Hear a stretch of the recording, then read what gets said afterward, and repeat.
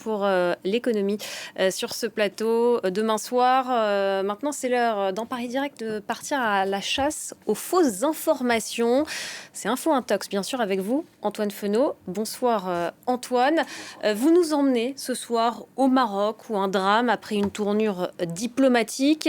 La mort de 2 hommes, dont un franco-marocain près de la frontière algérienne, abattu par des gardes-côtes. Et certains ont apparemment trouvé l'origine de cette affaire. Oui, absolument. Claire, souvenez-vous, c'était le 29 août dernier, on en avait d'ailleurs parlé en longueur sur notre antenne, un franco-marocain et son cousin marocain, lui, ont trouvé la mort donc en jet ski dans une zone entre la frontière entre l'Algérie et le Maroc. Ils disent s'être égarés, autre version des gardes-côtes algériens qui eux disent qu'il y avait un refus d'obtempérer. En tout cas, ce drame, lui, a servi de base, si je puis dire, à une vidéo virale. La voici, elle a été publiée en priorité sur Snapchat et sur Telegram, avec ce tweet également qui depuis a été supprimé. La vérité sort toujours à partager, nous dit cet internaute au ton complotiste, vous l'avez compris.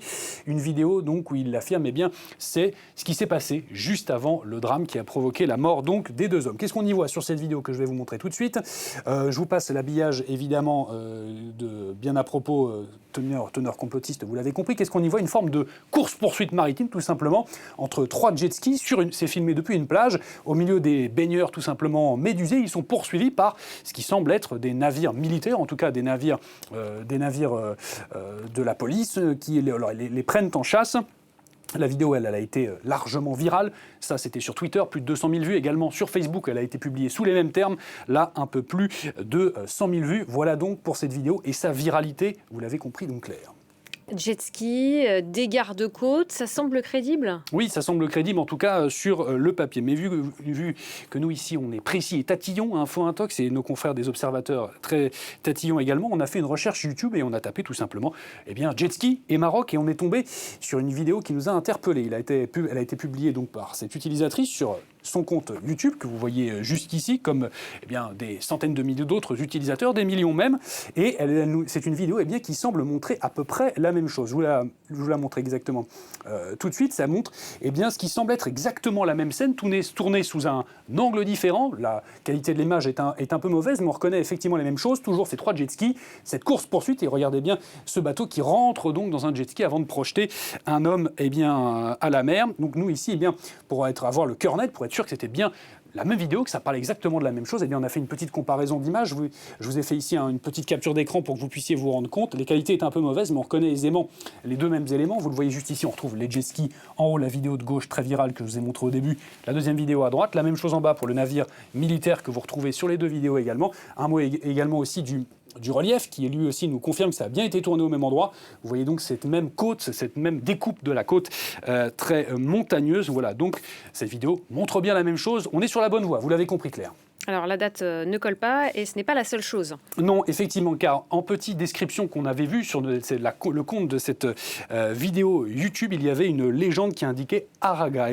Ça c'est un terme qui désigne au Maroc les jeunes qui prennent la mer depuis le Maghreb pour rejoindre clandestinement l'Europe. Et en faisant une recherche d'images inversées à partir de la vidéo que je viens de vous montrer, on est tombé sur des articles de presse très évocateurs. Un article notamment de ce quotidien ici basé à Ceuta, El Faro de Ceuta, vous le voyez juste ici, qui date lui du 17 juillet. Rien à voir donc avec le drame, c'était plus d'un mois avant. Et ce journal nous dit qu'il s'agissait d'une course-poursuite en réalité entre la gendarmerie marocaine et des passeurs près d'une plage de Ceuta.